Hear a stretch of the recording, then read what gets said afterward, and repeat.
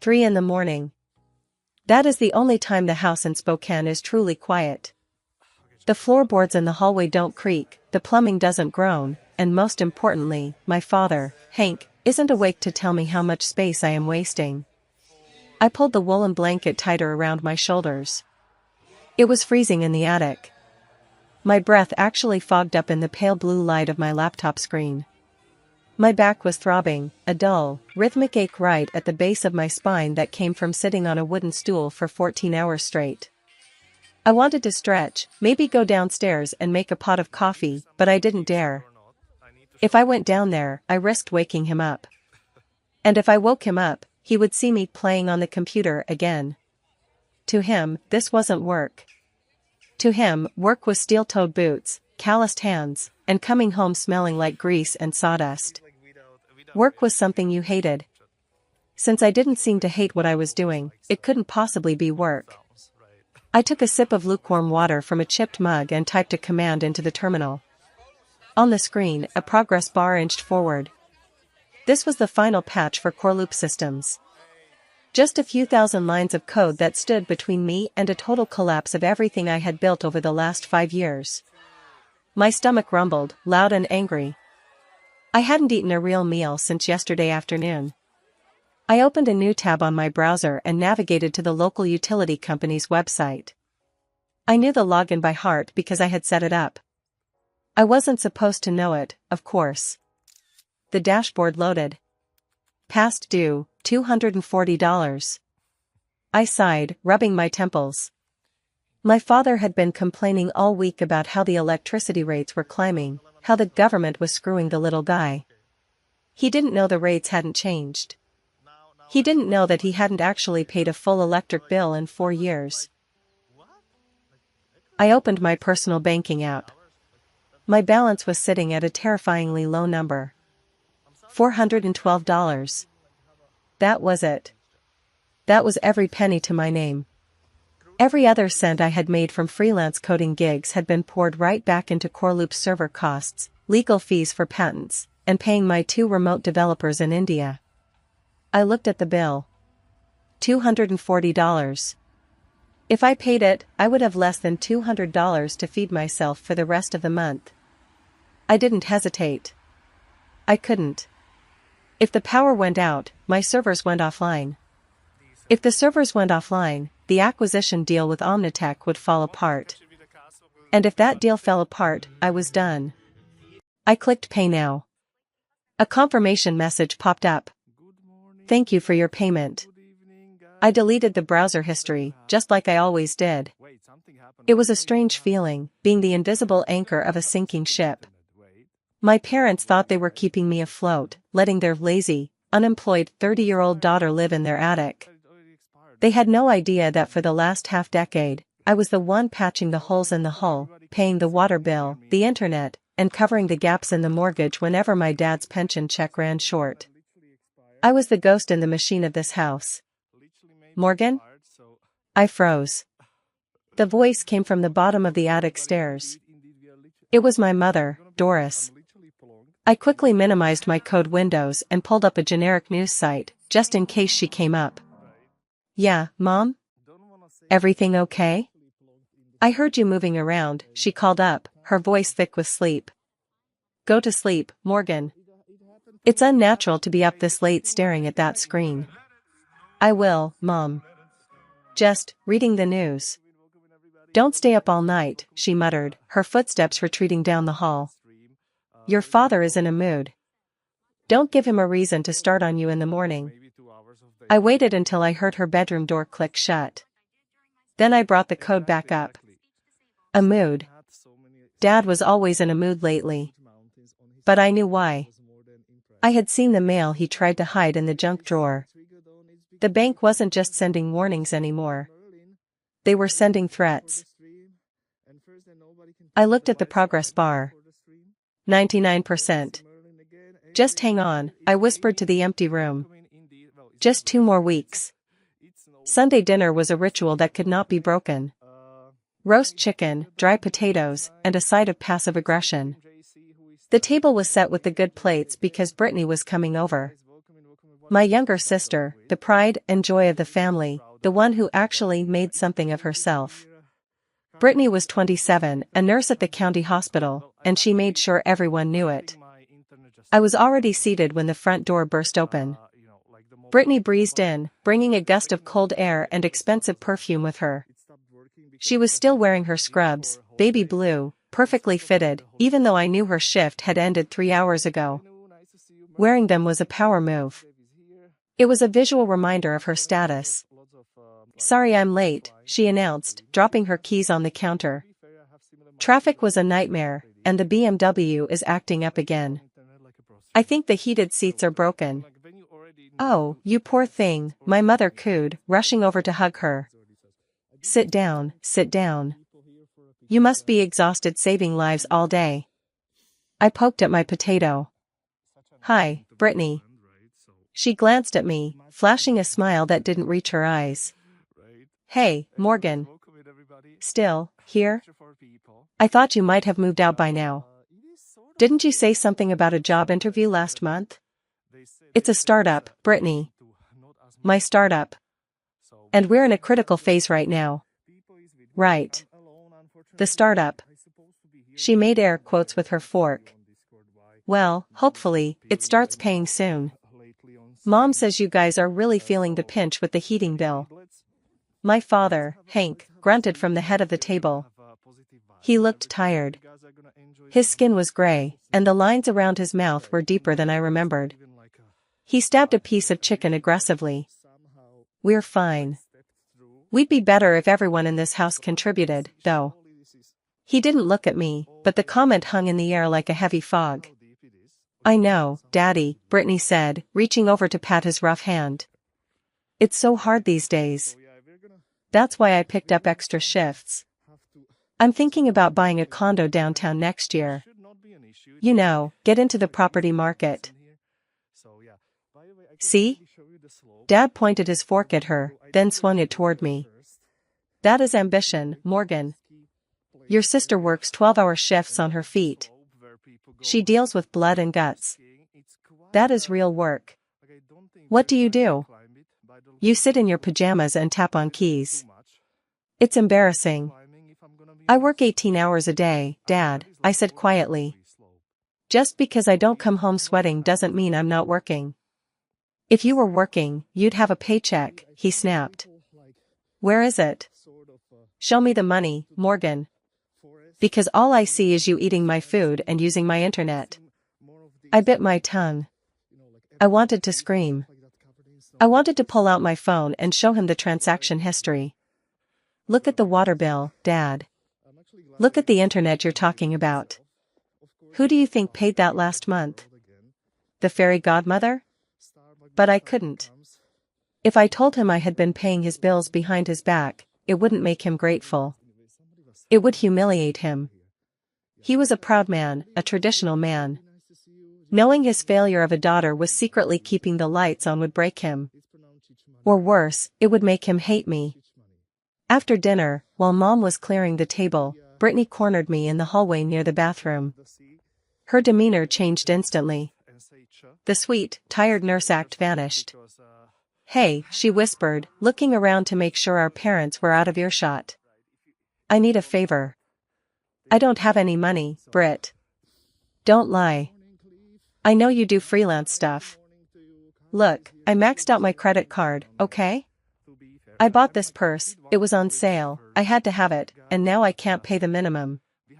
I just need $500. I stared at her. $500?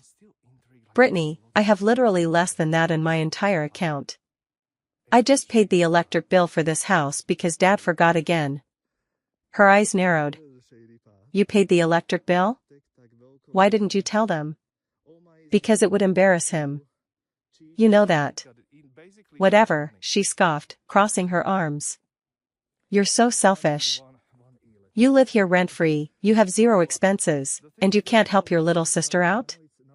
I'm the one actually taking care of them, Morgan. I come over here, I listen to Dad complain, I take Mom to her appointments. You just hide in the attic. I am building a company, I said, my voice trembling with frustration. It's going to be big. Just wait. Brittany laughed. It was a cruel, short sound. Yeah, keep telling yourself that. Just don't come crying to me when Dad finally kicks you out. I won't have room for you in my condo. She pushed past me and walked back into the kitchen, her voice pitching up into that sweet, fake tone. Mom, let me help you with those dishes. I stood there in the dark hallway, listening to my father laugh at something she said. It sounded like a party I wasn't invited to. I was the stranger in my own home. Wednesday morning brought rain. It drummed relentlessly against the roof, leaking through a soft spot in the attic ceiling and dripping into a bucket I had placed there 3 months ago. The atmosphere in the house was radioactive. I came downstairs around noon to make a sandwich. I had been up since 4 in the morning dealing with a server crash in our Singapore node, and my eyes felt like they were filled with sand. I was wearing sweatpants and an oversized hoodie, my hair tied up in a messy bun. Dad was sitting at the kitchen table. He wasn't eating. He was just staring at a piece of paper in his hands. His face was a terrifying shade of pale red, like a sunburn that was about to blister. As soon as I walked in, he crumpled the paper and shoved it under a stack of flyers. But I knew what it was. I had seen the edge of the envelope in the trash earlier. It was red. Final notice. Foreclosure proceedings imminent. They had 14 days. 14 days before the bank took the house. I pretended I hadn't seen it. Hey, Dad. Want a sandwich? I'm making ham and cheese. He didn't answer. He just watched me. His eyes followed my movements as I opened the fridge, took out the ham, got the bread. It was a predatory stare, like a tiger waiting for a gazelle to make a wrong move. Must be nice, he muttered. I paused, holding the jar of mustard. What? Must be nice, he said louder, his voice shaking. Sleeping until noon. Walking around in your pajamas. Not a care in the world. Dad, I've been awake since 4. I was working. Working, he spat the word out like it was poison. You call that working? Tapping on a toy? I spent 30 years at the mill, Morgan. 30 years breaking my back so this family could have a roof. And now? He trailed off, his hand twitching toward the pile of mail. Dad, is something wrong? Is it money? Because, don't you talk to me about money. He slammed his fist on the table. The salt shaker jumped. What do you know about money? You've never earned a real dollar in your life. You think food just appears in this fridge? You think the heat just stays on by magic? Yes. I wanted to scream. It stays on because I pay for it. I contribute, Dad. I buy groceries. I fix things around the house. You buy a loaf of bread and think you're a savior, he sneered. He stood up, and I realized how big he still was. Even at 62, he was a massive man, broad-shouldered and heavy. He loomed over me in the small kitchen. You know what your sister did yesterday? She brought us groceries. 3 bags. Without being asked. She offered to pay for your mother's dental work. Brittany borrows money from me to buy clothes, Dad, I said, my control slipping. She's not rich. She's in debt. Don't you dare lie about your sister. His face was purple now. She is successful. She is a nurse. She is out there saving lives while you sit up there in your little cave playing make-believe CEO. It's not make-believe. I have a contract pending with Omnitech. It's going to be worth millions. The room went silent. Then, he laughed. It was a horrible, broken sound. Millions. You hear that, Doris? He yelled toward the living room. Our daughter is going to make millions. He turned back to me, the laughter dying instantly, replaced by pure, cold disgust. You are delusional, Morgan. You are 30 years old. You have no husband, no kids, no job, and no future. You are lying to yourself, and you are lying to us because you are too lazy to go out and get a real job at the supermarket or the gas station. I am not lazy, I whispered, tears stinging my eyes. You are a leech, he said. He took a step closer. You are sucking the life out of this family. We are drowning, Morgan. We are drowning in bills, and you are just sitting on our backs, weighing us down. Dad, please. No. No more please. He looked at the sandwich in my hand. He looked at the laptop bag I had left on the counter. I am done. The air in the kitchen changed. It wasn't just angry anymore, it was dangerous. I can't do it anymore, Hank said, his voice dropping to a low growl. I look at you, and I see my own failure. I see a parasite. The word hit me like a physical slap. Parasite. I can't afford to feed a parasite like you, he roared suddenly, the volume making me flinch back against the counter. You are draining us dry. We are going to lose everything, and you don't even care. I do care. Dad, listen to me, in 2 weeks, 2 weeks? In 2 weeks we won't have a house. The secret was out. He didn't even realize he had admitted it. Get out. I froze. What? Get out. He grabbed my laptop bag from the counter. My heart stopped. That bag contained my machine, my hard drive, the only access keys to the core loop servers. Dad, don't touch that. He marched to the back door, threw it open, and hurled the bag out into the rain. I watched in slow motion as it tumbled through the air and landed in a mud puddle in the backyard. Go get it, he said, breathing heavily. And keep walking. You can't be serious. It's pouring rain. I have nowhere to go. You're a millionaire, right? He sneered, his face twisted into something ugly and unrecognizable. Go stay at the Ritz. Go buy a mansion. But you are not staying under my roof another night. I am not working myself into an early grave to support a lazy, ungrateful brat. My mother appeared in the doorway of the kitchen. She looked small, terrified. She was wringing a dish towel in her hands. Mom? I looked at her. Mom, please. Tell him. She looked at Hank, seeing the rage in his eyes. She looked at the foreclosure notice peeking out from under the flyers. Then she looked at me. And she looked away. She turned her back and started scrubbing a clean plate in the sink. The sound of the running water was the only answer I was going to get. She chose him. She would always choose him. Something inside me broke. But it wasn't a loud break. It was a quiet, clean snap. Like a dry twig stepping on in a forest. I didn't scream. I didn't beg. I didn't cry. I walked past my father. He was waiting for a fight.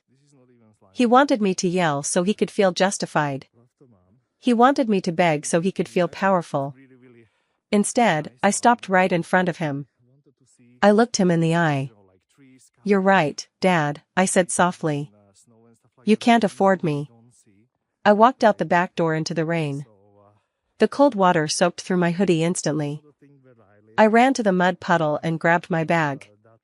I frantically unzipped it, the laptop was inside a waterproof sleeve. It was safe. Thank God. I didn't go back inside for my clothes. I didn't go back for my toothbrush. I had my laptop, my phone, and the keys to my 10-year-old sedan in my pocket. I walked to the driveway. My father was watching from the kitchen window. He stood there like a statue, arms crossed, watching to make sure I actually left. I got into my car. The engine sputtered before turning over. As the wiper swiped away the rain, I took one last look at the house. It looked small. It looked gray. It looked like a cage I had been living in for too long. Okay, I whispered to myself, my hands gripping the steering wheel so hard my knuckles turned white. You want the parasite gone? Watch the host die. I put the car in reverse and backed out of the driveway. I didn't look back. I drove down the street, past the neighbors' houses, past the school where I used to dream of being a scientist, past the hospital where Brittany pretended to be a saint. I drove until the house was just a memory in the rearview mirror. I was homeless. I had less than $400. I had a multi-million-dollar contract hanging by a thread. And I had never felt more focused in my entire life. The Pines Motel was the kind of place where you didn't walk barefoot on the carpet. It smelled of stale cigarette smoke and lemon disinfectant, a chemical attempt to mask decades of bad decisions. It cost me $59 a night, which meant I could afford exactly 3 nights before I was completely insolvent. I pushed the flimsy desk against the wall, right under the air conditioning unit that rattled like a dying engine. This was my command center. My empire. I set up my laptop. The screen was the only clean thing in the room. I tethered my phone's hotspot because the motel Wi-Fi was slower than dial-up. As soon as I reconnected to the Corloop secure channel, my inbox pinged. It was an email from the Omnitech legal team. My heart hammered against my ribs as I opened it. Subject, urgent due diligence concern. I scanned the text, and my stomach dropped. It wasn't the contract. It was a challenge. A board member named Mr. Sterling, a man I had never met but who apparently hated the idea of acquiring a one-person startup, had flagged a concern about scalability. Mr. Sterling believes the current architecture cannot handle the enterprise load of Omnitech's global logistics network. He demands a 72-hour continuous stress test at 500% capacity before we proceed to signature. 72 hours. I looked at my phone. It was Tuesday. If I ran the test for 72 hours, I would finish on Friday morning. That left zero margin for error. If the servers crashed, if the latency spiked even by a millisecond, Sterling would kill the deal. And I would be stuck in this motel with no home, no family, and no future.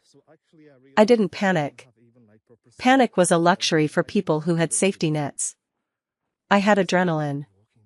I cracked my knuckles and started typing. I needed to reroute the traffic load. I had to spin up temporary server instances in Virginia and Frankfurt to handle the simulated pressure. It was going to cost money I didn't have. I checked my credit card limit. I had $300 of available credit left. Just enough to rent the server space for 3 days. If the test failed, I wouldn't even be able to buy a sandwich. All in, I whispered. I initiated the sequence. The screen filled with scrolling data logs. Green text on a black background. To anyone else, it looked like gibberish. To me, it looked like a heartbeat. For the next 6 hours, I didn't move. I sat on the hard wooden chair, watching the metrics.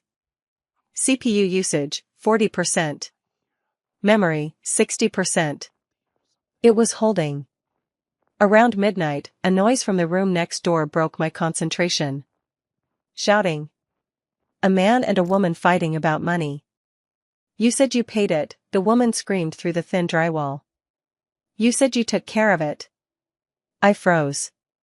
The words echoed the fight I had just had with my father. You are draining us dry. My father thought I was the reason they were broke.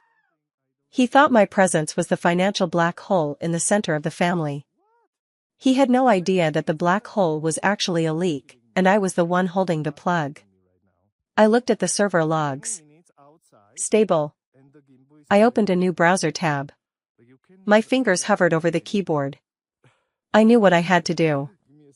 If I was really a parasite, like he said, then a parasite shouldn't be paying the host's mortgage. I logged into the bank portal first. It was the joint account my parents used for the mortgage. I had access because 4 years ago, my dad had asked me to fix the computer when he locked himself out, and I had quietly set up a recovery key for myself. I navigated to the Scheduled Payments tab. There it was. Monthly transfer, $1,200. Source, external account ending in 4490. That was my account. For 5 years, I had set it up so that every time their mortgage payment was due, the system pulled the shortfall from my freelance earnings.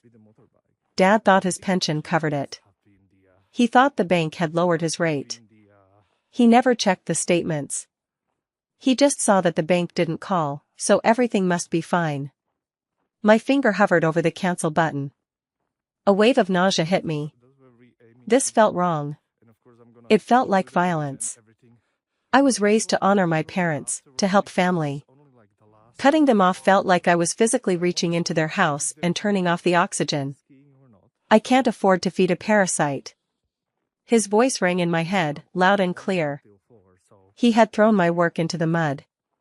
He had told me to live on the streets. He believed I was useless. If I kept paying, I was proving him right. If I kept paying, I was letting him live in a fantasy world where he was the martyr and I was the villain. You want the truth, Dad? I whispered to the screen. Here is the truth. I clicked cancel. The screen refreshed. No scheduled payments found. I didn't stop there. I went to the electric company portal. Autopay, enabled. Disable. The water company. Disable. The internet provider. Disable. With every click, I felt a strange mixture of guilt and lightness. It was like dropping heavy sandbags from a hot air balloon. I was rising, but I was terrified of what I was leaving behind on the ground. Finally, I reached the cell phone plan. It was a family plan. My number, Dad's, Mom's, Brittany's. The bill was $200 a month. I paid the whole thing. I went to the Manage Lines section. I selected my own number and clicked Port Out. Then I selected the remaining balance payment option. Change payment method. I removed my credit card. I entered my father's email address for the billing notification. It was done. I sat back in the creaky motel chair, my heart racing as if I had just run a marathon. I hadn't taken a dime from them. I hadn't stolen anything. I had simply removed my hands from the wheel. For the first time in 5 years, the Clark family finances were entirely, 100%, in the hands of Hank Clark. I looked back at my other screen. The stress test was at hour 12. The load was increasing.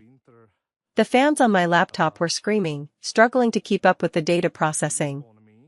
I lay down on the lumpy motel bed, staring at the water stain on the ceiling. I wondered how long it would take. The electric bill was due in 3 days. The mortgage was due in 8. The foreclosure clock was already ticking. They had kicked me out to save money. They were about to find out just how expensive I had been. Thursday afternoon. Hour 60 of the stress test. I hadn't showered. I had barely slept. My diet consisted of vending machine crackers and lukewarm tap water. The room smelled like ozone and anxiety. My laptop chimed. It was time. The Zoom call with the Omnitech board. I quickly threw on a blazer over my t-shirt. I used a hair tie to pull my greasy hair back into a severe, professional bun. I positioned the laptop so the camera only caught the blank white wall behind me, hiding the motel bed and the peeling wallpaper. I turned on the blur background feature just to be safe. I clicked Join Meeting. The screen filled with faces. There were 5 of them. Men in expensive suits sitting in glass-walled offices in San Francisco and New York. And then there was Elena, the CEO of Omnitech, looking sharp and unreadable. Good afternoon, Morgan, Elena said. Her voice was calm. We have Mr. Sterling here as well. The camera cut to a man with silver hair and a face that looked like it was carved out of granite. He didn't smile. Ms. Clark, Sterling said. Let's cut to the chase. Your software is impressive on paper. But paper doesn't run global logistics. We are currently simulating a traffic spike equivalent to Black Friday. Show me the latency. Good afternoon, Mr. Sterling, I said, my voice steady despite the fact that my hands were shaking under the desk. I'm sharing my screen now. I pulled up the live dashboard. The numbers were dancing. Requests per second, 50,000. Error rate, 0%. Average latency, 12 milliseconds. As you can see, I said, pointing to the graph, we are currently running at 500% of your requested load. The Virginia node automatically scaled up when the traffic hit, and the database sharding handled the overflow without a single dropped packet. Sterling narrowed his eyes. He leaned closer to his camera. And what happens if a node fails? Kill the Virginia server. Right now. My breath hitched. Mr. Sterling, that is a live test environment. If I kill the server manually, do it, he commanded. If your auto-recovery is as good as you claim, the Frankfurt node should pick it up instantly. If it crashes, the deal is off. This was it. He was gambling my entire life on a single command. I typed the kill command into the terminal. Sudo shutdown H now. My finger hovered over the enter key. Just then, a loud banging on my motel door made me jump. Housekeeping, a voice shouted from outside. You in there? Checkout is at 11 tomorrow. The board members looked confused. Is there someone with you? Elena asked. No, I said quickly, muting my microphone for a split second to scream go away, at the door. I unmuted. Just, construction in the building next door. Apologies. I hit enter. The Virginia server died. The graph on the screen plummeted. Red line spiked. For 3 seconds that felt like 3 years, the screen showed a critical error. Sterling smirked. There it is. Failure. Then, the Frankfurt node kicked in. The red line vanished. The green line shot back up. The latency stabilized at 14 milliseconds. System recovered. Rerouting complete. I exhaled, feeling like I might pass out. As you can see, I said, my voice gaining strength. 0 data loss. 2 milliseconds of latency during a catastrophic failure. Core loop is bulletproof, Mr. Sterling. Silence filled the virtual room. Sterling stared at the screen. He adjusted his glasses. He looked for a flaw, a glitch, anything. He found nothing. Impressive, he finally grunted. Elena smiled. It was a shark smile, but it was on my side. I think we've seen enough. Mr. Sterling, do I have the board's approval to proceed? Fine, Sterling said. Draw up the papers. We'll email the final DocuSign, Morgan, Elena said. Congratulations. We're acquiring Core Loop for $17 million, pending final signature. The call ended. The screen went black. I sat there in the silence of the motel room. $17 million. I looked around at the stained carpet, the rattling AC unit, the door where the maid was still grumbling. I was rich. I was filthy, undeniably rich. I put my head in my hands and started to laugh. It was a hysterical, sobbing laugh. I had won. I had survived. And the first person I wanted to call was my dad. But I couldn't. Because he was the reason I was in this motel room in the first place. I didn't go back to Spokane, but I know exactly what happened in that house over the next few days. I know it because I know the rhythm of my father's life, and I know exactly when I disrupted it. It would have started on a Tuesday evening. Dad would be in his recliner, watching the baseball game. The Mariners were playing. It was his sanctuary. Suddenly, the TV would cut to black. The hum of the refrigerator would stop. The house would plunge into absolute, heavy silence. Doris, he would yell. Did we blow a fuse? Mom would fumble for the flashlight in the junk drawer. Dad would stomp down to the basement to check the breaker box. He would flip the switches back and forth, but nothing would happen. He would go to the window and look at the neighbors. The Johnsons' lights were on. The street lights were on. It wasn't a power outage. It was just them. I don't understand, he would grumble, walking back to the kitchen. I paid the bill. I know I did. He didn't. He hadn't paid an electric bill since 2019. Then, he would try to call the power company. He would pull out his cell phone. But when he hit dial, there would be no ringtone. Just a robotic voice. We're sorry, but this service has been suspended due to non-payment. Please contact your service provider. Panic would start to set in then. Cold and sharp. Brittany, he would call out, remembering she was coming over for dinner. Use your phone. Call the electric company. Brittany would arrive, annoyed that the house was dark. She would try to call, but when the automated system asked for the account number and the last 4 digits of the social security number associated with the payment method, Dad wouldn't know what to say. It's usually just automatic, he would stutter. Well, it's not automatic anymore, Dad. Brittany would snap, shining her phone flashlight in his eyes. Who was paying it? And then, the realization would hit him. A slow, creeping horror. He would remember me. He would remember the times I asked for the mail. The times I sat at the computer doing nothing. Morgan. She cut us off, he would whisper, sinking into the kitchen chair. That spiteful little. She cut us off? Brittany would scream. Is she crazy? What are we supposed to do? She wants to punish us, Hank would say, his face hardening into that familiar stone mask. She thinks this will make me crawl back to her.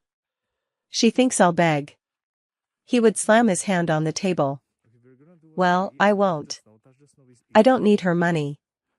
I don't need her charity. We will figure this out. I'll go to the bank tomorrow. I'll get a loan. He didn't know yet. He didn't know that the bank had already sent the foreclosure notice.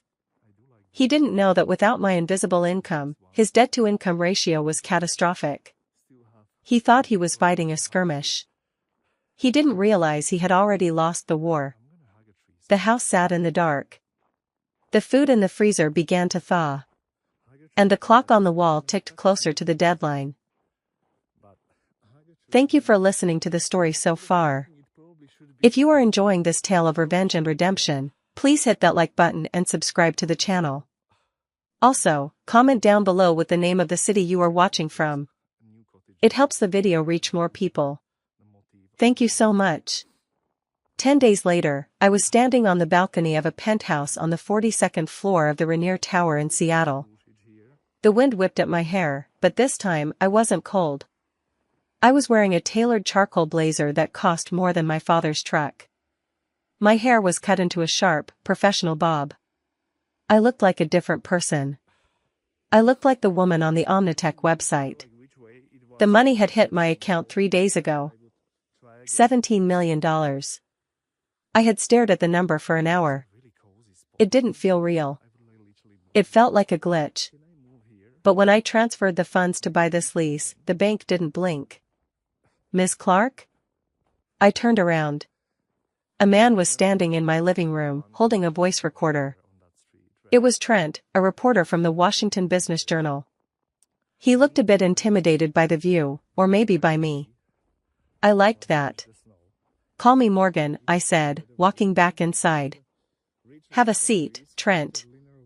Thanks, he said, sitting on the white leather sofa. So, this is quite a story. Omnitech doesn't usually acquire single-founder companies. And certainly not from, where was it? Spokane? That's right, I said, pouring myself a glass of sparkling water. I built the core architecture in my parents' attic. That's the angle my editor loves, Trent said, leaning in. The Rust Belt genius. The Cinderella of code. Tell me, what was the hardest part? The technical challenges? The funding? I looked out the window at the skyline. I thought about the broken chair in the backyard.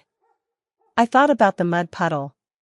The hardest part, I said carefully, was the isolation. When you build something big, sometimes the people closest to you don't understand it. They see the time you spend on it as wasted. They see your focus as laziness. Trent scribbled furiously. Did your family support you? I paused. This was the moment. I could lie. I could paint a pretty picture of a supportive blue-collar family cheering me on. It would be easier. It would protect them. But why should I protect them? They hadn't protected me. My family. I chose my words with surgical precision. They are very traditional. My father believes in hard labor. He didn't see value in what I was doing.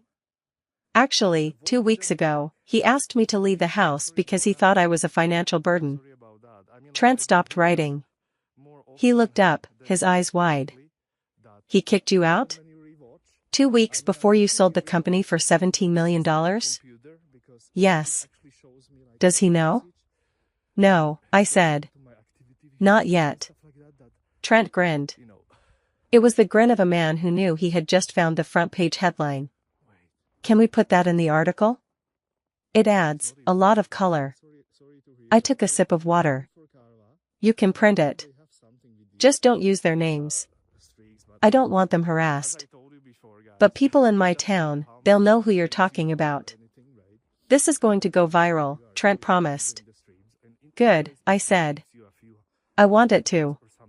When Trent left, I sat alone in the massive, silent apartment. I pulled up the security camera feed from the old house. I hadn't cut that connection yet. I wanted to see. The house was dark. But there was a candlelight flicker in the kitchen window. They were still there. They were surviving. But I knew the foreclosure deadline was tomorrow. The article would come out in the morning. And then, the real storm would begin. The next morning, the sun rose over Spokane, but it didn't shine on the Clark household. The power was still out. Hank Clark walked into Miller's Hardware at 9 in the morning. He looked terrible. His shirt was wrinkled, and there were dark circles under his eyes. He needed a propane tank for the portable camping stove so they could at least boil water for coffee. He walked up to the counter. Old man Miller was there, reading a magazine. Morning, Bob, Hank grunted, placing the empty tank on the counter. Put it on my tab, will you? The pension check is a few days late. Usually, Bob Miller would nod and wave him through. They had known each other for 30 years. But today, Bob didn't move. He didn't reach for the logbook. He just looked at Hank over the top of his reading glasses. I can't do credit anymore, Hank, Bob said quietly. What? Come on, Bob. I'm good for it. You know me. I do know you, Bob said. He picked up the magazine he was reading. It was the Washington Business Journal. He slapped it down on the counter, face up. And I know your daughter. Or, I thought I did. Hank looked down. There, on the cover, was a full-page photo of Morgan. She wasn't wearing her oversized hoodie. She was wearing a sharp blazer, her arms crossed, looking like a titan of industry. The headline screamed in bold black letters, the $17 million Parasite? How one local genius built a tech empire from her parents' attic. And got kicked out for it. Hank's mouth opened, but no sound came out. He stared at the number. 17 million. Is this? Hank stammered. Is this real? It's real all right, Bob said. My nephew works in IT. He says this core loop thing is everywhere today. Says she sold it to Omnitech. That's a global company, Hank. Bob leaned forward, his voice dropping to a harsh whisper. The article says you threw her out 2 weeks ago. Says you called her a parasite. Is that true? Hank felt the blood drain from his face. The other customers in the store, people he had known his whole life, guys he drank beer with, were stopped in the aisles, watching him. They weren't looking at him with sympathy anymore. They were looking at him like he was the biggest fool in Washington state. She lied, Hank whispered, but his voice lacked conviction. She was just playing on the computer. She didn't have a job. Seems like she had a better job than you or me, Hank, Bob said mercilessly. $17 million. And you kicked her out? You must be the smartest man in the county. Laughter rippled through the store. It wasn't friendly laughter. It was mocking. Hank grabbed the empty propane tank. He didn't buy the refill. He turned and fled the store, the bell above the door jingling like an accusation. He ran to his truck, his hands shaking so badly he could barely get the key in the ignition. He needed to get home. He needed to find Doris. He needed to find out if this was a nightmare or the cold, hard truth. The atmosphere in the living room was suffocating. Hank threw the magazine, which he had stolen from the hardware store, onto the coffee table. Doris picked it up. She read it by the light of the window, squinting at the glossy pages. "Oh my God," she whispered. "Look at her, Hank. She looks powerful. She looks like a traitor." Hank yelled, pacing back and forth on the rug. "She had $17 million, and she let us sit here in the dark? She let me humiliate myself at the hardware store?" "The article says the deal closed 3 days ago," Doris read, her voice trembling. "Hank, she didn't have the money when you kicked her out. She was building it. She could have told us. She tried." Doris stood up, her passivity finally cracking. "She tried to tell you at dinner. She said she had a contract pending. You laughed at her. You called her a delusional child." Hank froze. He remembered the laughter. He remembered the way he had sneered at her. "Well," he sputtered, looking for a way to be right. "If she has this much money, she owes us. We raised her. We put a roof over her head for 30 years. Just then, the front door rattled. A heavy fist pounded on the wood 3 times. Hank went to the door and opened it. A sheriff's deputy stood there. He didn't look happy. He held a piece of orange paper in his hand. "Hank Clark?" "Yeah. Final notice of eviction," the deputy said, taping the paper to the doorframe. "Bank ordered it this morning. You have 24 hours to vacate the premises. The locks will be changed tomorrow at noon." 24 hours? Hank gasped. But I have rights. I need more time." "You had 14 days, Hank. The clock ran out." "I'm sorry." The deputy turned and walked away. Hank stared at the orange paper. It was over. The house was gone. Brittany drove up the driveway in her BMW a minute later. She jumped out, waving her phone. "Did you see it? Did you see the news?" she screamed, running up the porch steps. "Morgan is rich.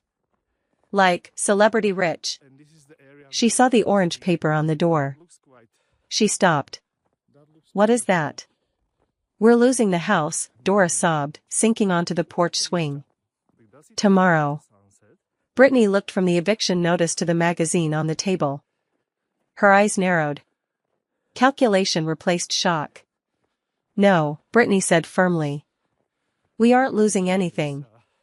Get in the truck." "What?" Hank asked. "We are going to Seattle," Brittany said.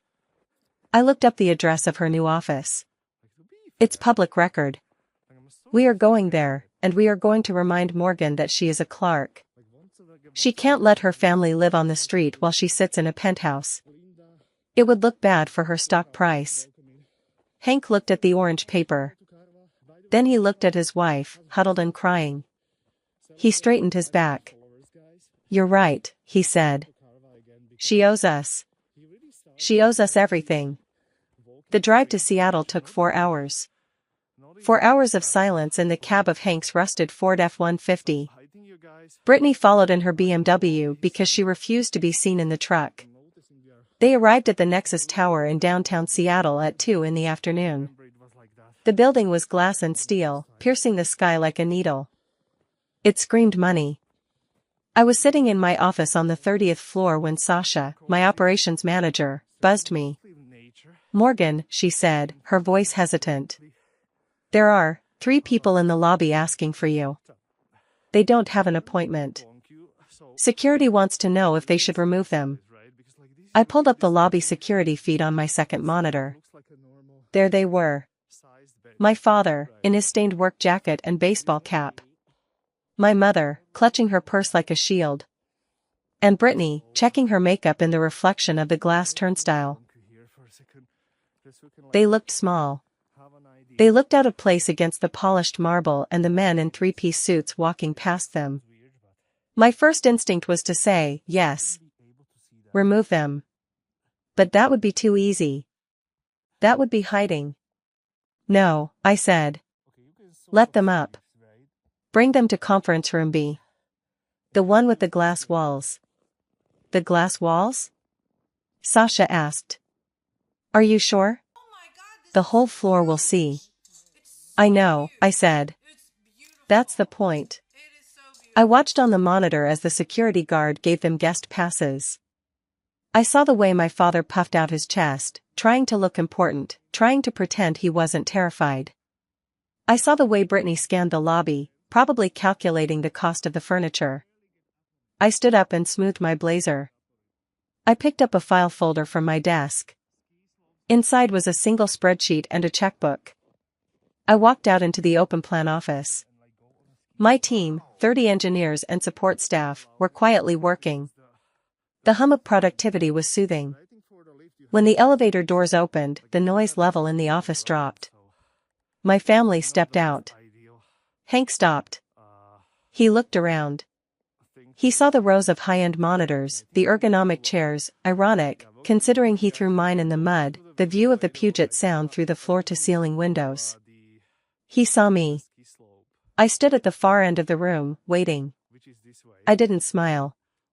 I didn't wave. Hank started walking toward me. His boots squeaked on the polished concrete floor. Every head in the office turned to watch. They knew the story, everyone had read the article.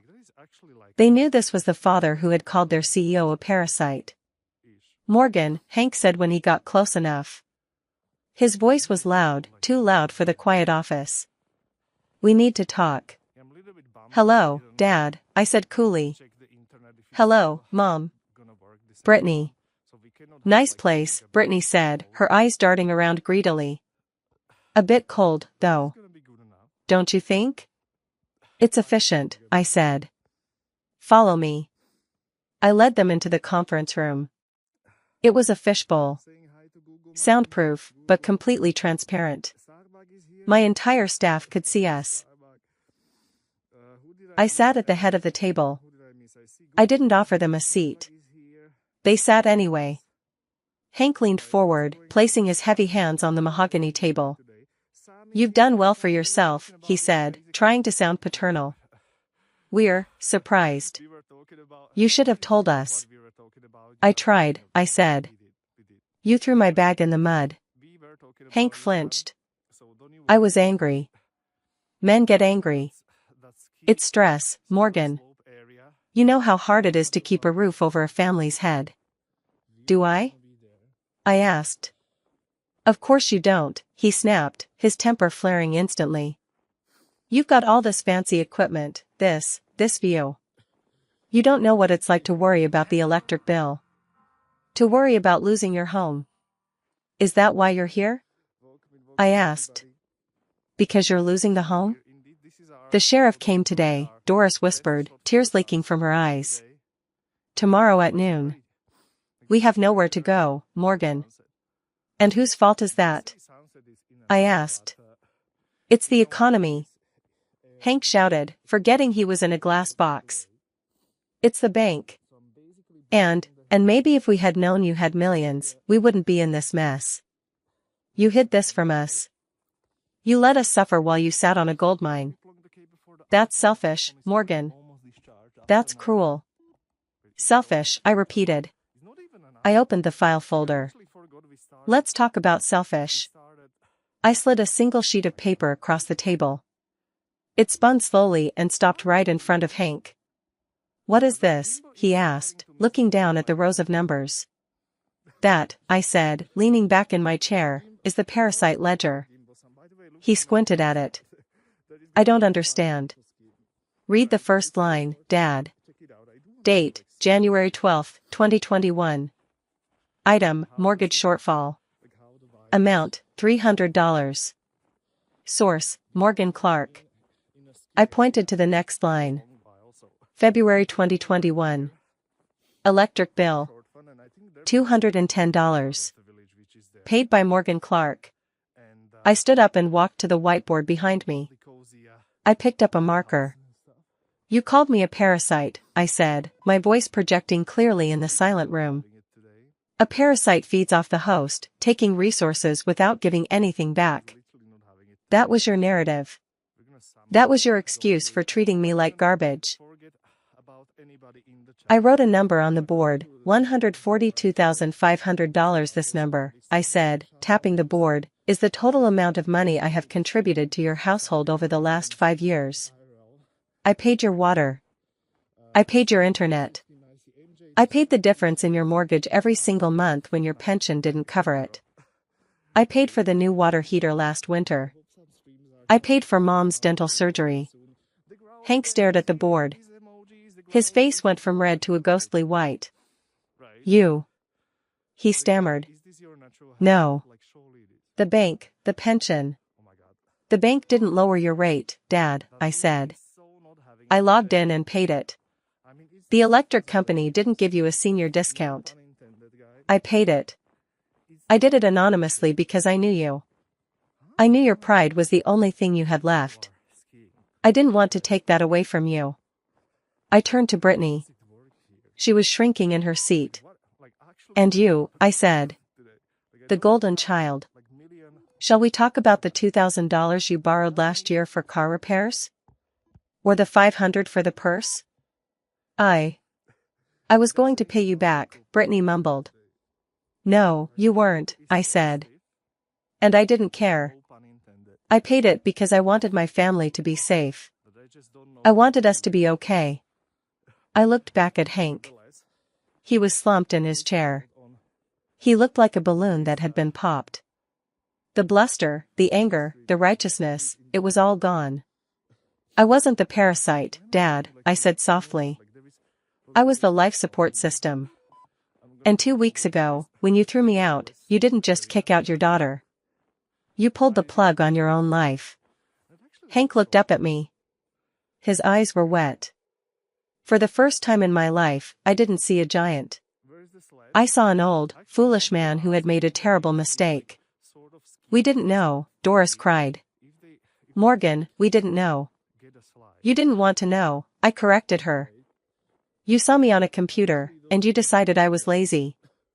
You didn't ask. You assumed. And now, here we are. The room was silent.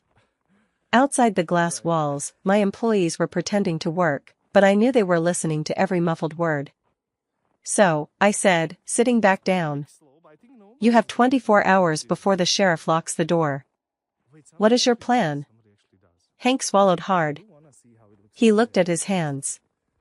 He looked at the luxury around him. He realized that he had absolutely no leverage. He couldn't yell his way out of this. He couldn't guilt his way out of this. He had to do the one thing he hated more than anything in the world. Morgan, he croaked. His voice cracked. He cleared his throat and tried again. Morgan, please. Please what? Please help us, he whispered. We are going to lose the house. It's the only thing I have to show for my life. I don't want to be homeless. I was homeless 2 weeks ago, I reminded him. You told me to go live in the streets. You said it would be good for me. I was wrong. Hank cried out. A tear rolled down his weathered cheek. I was wrong, okay? I'm sorry. I'm a stupid old man. Just, don't let them take the house. Loan me the money. I'll work. I'll come out of retirement. I'll pay you back every cent. A loan? I raised an eyebrow. Dad, no bank on earth would loan you money right now. You have no income and bad credit. I'm begging you, Hank said. He actually started to slide out of his chair, looking like he might get on his knees. I'm begging you as your father. It was pathetic. It was satisfying. And it was heartbreaking. I looked at Brittany. And you? Are you going to help them pay me back? Brittany looked at her shoes. I can't. I have student loans. Of course. I sighed. I reached into the folder and pulled out the checkbook. I'm not going to give you a loan, Dad, I said. Hank looked up, terror in his eyes. Morgan, please, because I know you can't pay it back, I finished. And I don't want to be your debt collector for the next 20 years. I uncapped my pen. I have a different proposal. The air in the glass conference room was so still I could hear the hum of the hard drives from the server room down the hall. My father was looking at me with a mixture of hope and terror. He thought I was about to open the bank vault and shower them with cash. He thought we were back to the old dynamic, he makes a mess, and I clean it up quietly. A proposal? Brittany perked up, leaning forward. Like, an allowance? Or maybe a job? I could work in HR. I'm really good with people. I looked at her. The audacity was almost impressive. No, Brittany, I said. You aren't getting a job. You aren't getting an allowance. I opened the checkbook. I picked up my pen. Here is the reality, I said, my voice flat and businesslike. I am not going to give you cash. I am not going to trust you with money, because you have proven you can't manage it. I wrote the date on the check. I called the bank this morning, I continued. I got the exact payoff amount for the mortgage. Principal, interest, late fees, and legal penalties. I wrote the number, $124,560. This check, I said, holding it up but not letting go, is made out directly to the bank. It will clear the debt completely. You will own the house free and clear. No more mortgage payments. No more fear of eviction. You will have a roof over your head for the rest of your life. Hank let out a sob of relief. Oh, thank God. Thank you, Morgan. Thank you. He reached for the check. I pulled it back. I'm not finished, I said sharply. This is a transaction, Dad. And every transaction has terms. I reached into the folder again and pulled out a thick document stapled at the corner. I slid it across the table next to the check. What is that? Doris asked, wiping her eyes. It's a contract, I said. Drafted by my lawyers this morning. Hank squinted at the bold letters at the top. Non-disclosure and severance agreement. Severance? Hank asked, confused. Like when you get fired? Exactly, I said. This document states that in exchange for the payoff of your mortgage, you agree to two things. I held up one finger. First, a strict non-disclosure agreement. You will never speak to the press about me or this company again. You will not give interviews. You will not post on Facebook. If Trent calls you back, you hang up. If you violate this, I will sue you for the full amount of the mortgage plus damages. Hank nodded quickly. Okay. Okay, sure. No reporters.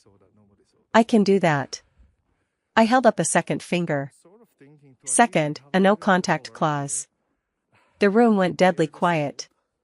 What does that mean? Doris whispered.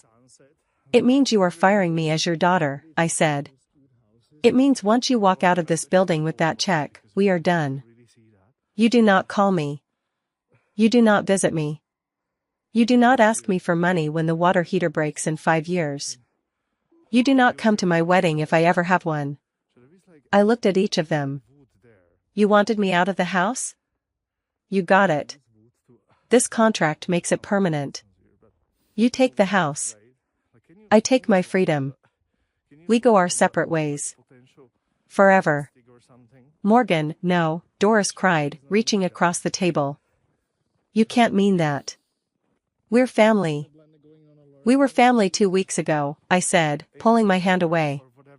And you watched him throw me out in the rain. You didn't say a word, Mom. You chose your side. I was scared, she sobbed. So was I said. But I'm not scared anymore. I looked at Hank. Those are the terms. You sign the paper, you get the check, you save the house. You refuse, and you leave here with nothing. The sheriff locks the door tomorrow at noon. It's your choice. Hank looked at the contract. Then he looked at the check. Then he looked at me. I could see the gears turning in his head. He was doing the math. On one side, a relationship with a daughter he had never respected, never understood, and had publicly humiliated. On the other side, a paid-off house and security for the rest of his life. It shouldn't have been a hard choice. If he loved me, truly loved me, he would have torn up the check. He would have said, "Keep your money, I just want my daughter back."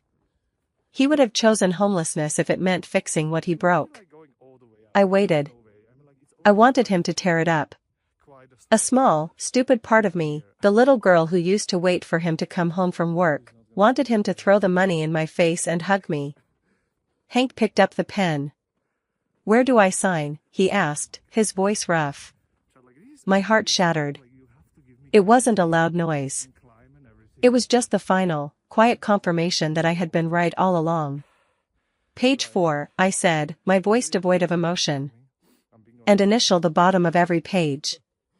He signed. He didn't hesitate.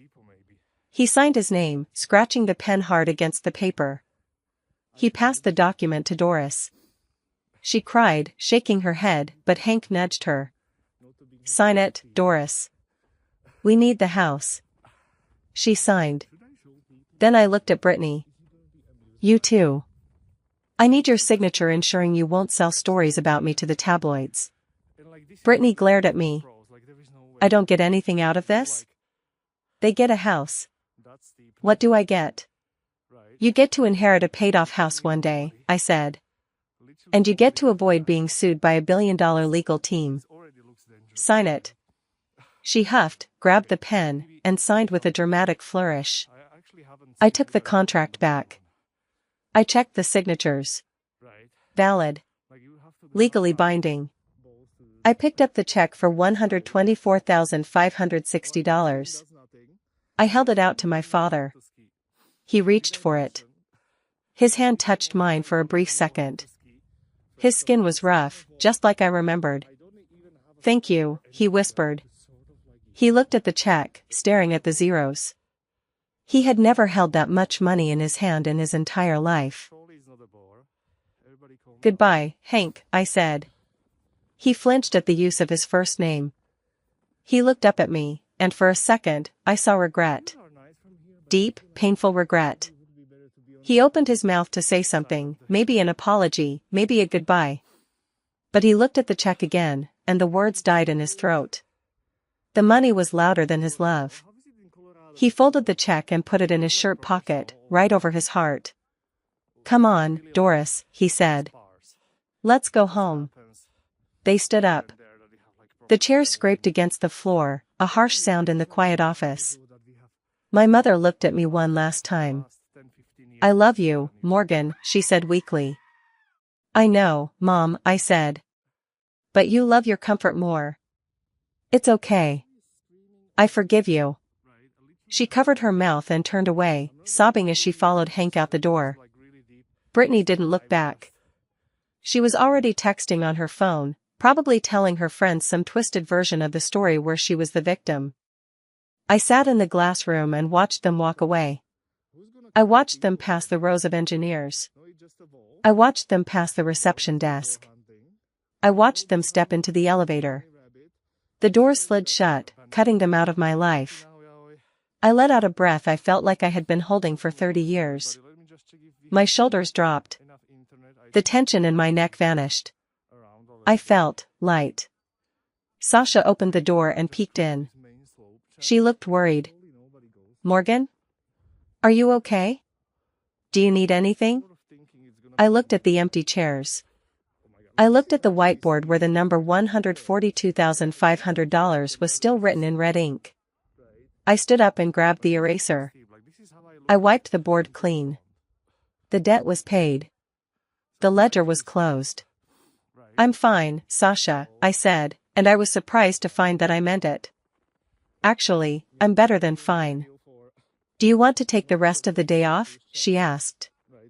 No, I said, walking out of the conference room and back toward the bustling floor of my company. We have a company to run. And I think I owe the team a pizza party. Order everything on the menu. As the office erupted in cheers, I walked to the window and looked down at the street. I saw a tiny, rusted Ford F-150 pull out of the parking garage and merge into traffic. It looked so small from up here. I watched it until it disappeared around a corner, heading back to the highway, back to Spokane, back to a house that was now just a building. I turned away from the window. I turned back to my screens, my code, and the people who actually respected me. I had lost a father, but I had found myself. And honestly, that was a deal I would make every single time. I paid off their entire mortgage just to make them go away. Some of my friends say I was too generous to people who kicked me out. Others say I did the right thing as a daughter. What would you have done? Would you have given Hank the check, or let him figure it out on his own? Tell me in the comments below. If you enjoyed this story, please smash that like button and subscribe to the channel for more stories of revenge and justice. Thanks for watching.